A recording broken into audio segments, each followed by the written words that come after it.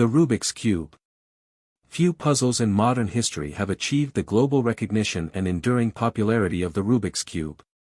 With its brightly colored squares and deceptively simple design, the cube has fascinated millions of people across generations.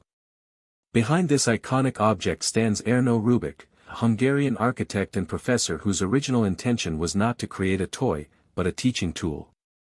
Erno Rubik was born in 1944 in Budapest, Hungary. His father was an aircraft engineer, and his mother was a poet, a combination that perhaps explains his unique blend of technical precision and artistic creativity. In the early 1970s, Rubik worked as a professor of architecture at the Academy of Applied Arts and Crafts in Budapest. He was searching for a way to help his students understand three-dimensional movement and spatial relationships. At the time, explaining how different parts of a structure could move independently while remaining connected was a significant pedagogical challenge. In 1974, Rubik constructed a prototype of what he initially called the magic cube. The design consisted of smaller cubes connected by an internal mechanism that allowed each layer to rotate independently. However, building a structure that could twist and turn without falling apart required considerable experimentation. Rubik reportedly struggled for weeks before discovering the internal mechanism that made the cube functional. Ironically, after scrambling the cube for the first time, he found himself unable to restore it to its original state, realizing that he had created a far more complex puzzle than he had anticipated. The cube was patented in Hungary in 1975 and began to attract local interest. However, it was not until 1980, when it was licensed by the American toy company Ideal Toy Company, that the puzzle gained international exposure. Renamed the Rubik's Cube, it quickly became a worldwide phenomenon. By the early 1980s, millions of cubes had been sold, and solving strategies were being shared in books, magazines, and television programs.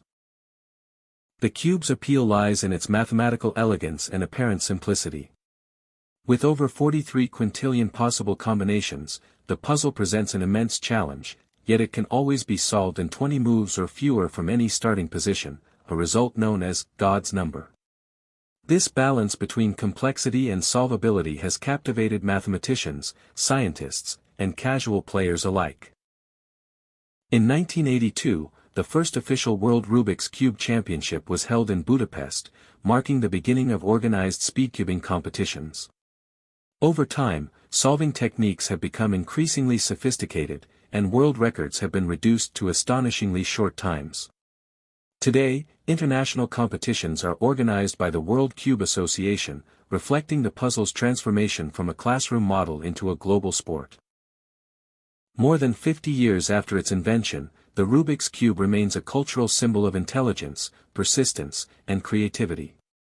What began as a modest educational experiment in Hungary evolved into one of the best-selling toys of all time.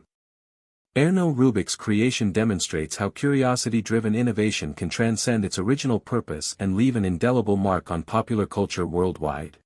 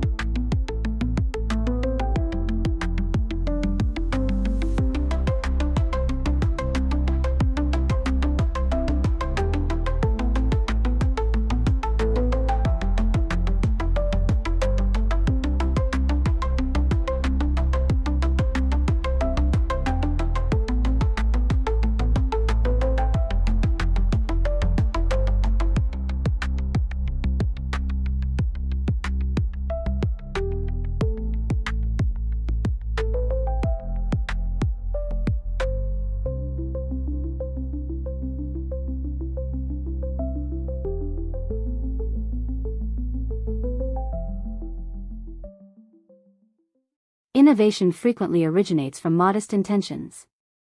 Erno Rubik did not set out to revolutionize the toy industry, rather, he aimed to help his architecture students grasp spatial relationships. Nevertheless, his experiment evolved into one of the most successful puzzles in history. This demonstrates how addressing a specific educational challenge can unexpectedly transform global culture. Similarly, the invention of post-it notes emerged from a failed attempt to create a strong adhesive. Instead of discarding the weak glue, researchers recognized its potential for temporary sticking. Today, post-it notes are indispensable in offices and schools worldwide.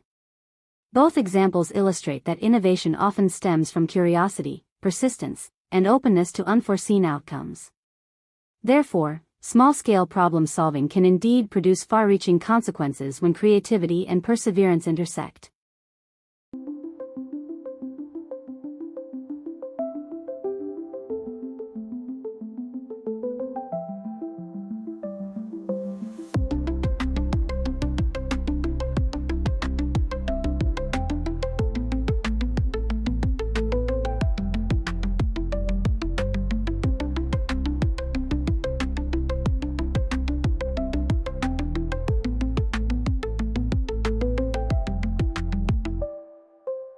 Thank you so much for watching today's video. I really hope it helped you practice your English and learn something new. If you enjoyed it, please give it a like, and don't forget to subscribe so you won't miss the next lesson. I'd also love to hear from you, so share your thoughts in the comments below. Your support means a lot and helps this channel grow. See you again in the next video.